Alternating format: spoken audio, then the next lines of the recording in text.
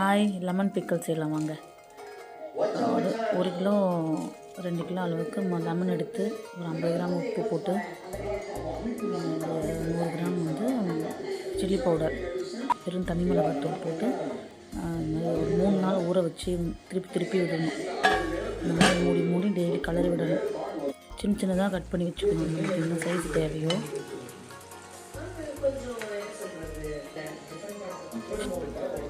அதுக்கப்புறமேட்டு நம்ம கடுகு நல்லெண்ணெய் ஊற்றி தாளிச்சிடணும்.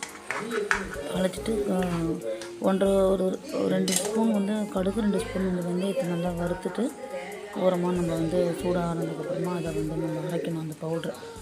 அப்புறம் வேறு எதுவுமே நல்லெண்ணெய் கடுகு போட்டு தாளிச்சிட்டு சிம்லேயே வச்சு நம்ம கிண்டி விடணும். அந்த எண்ணெய் நம்ம ஊற்றின எண்ணெய் பிரிஞ்சு மேலே வரும்போது நம்மளுக்கு எண்ணெய் பிரிஞ்சு வரும்போது ரெடி ஆகுதுன்னு அர்த்தம். இந்த பவுட்ரு தான் நம்ம ரெடி பண்ணது. இந்த ஊறுகாய்க்கு மெயின் ஒரு வாசனை ஒரு டேஸ்ட்டு கொடுக்குறது இந்த பவுட்ரு தான்.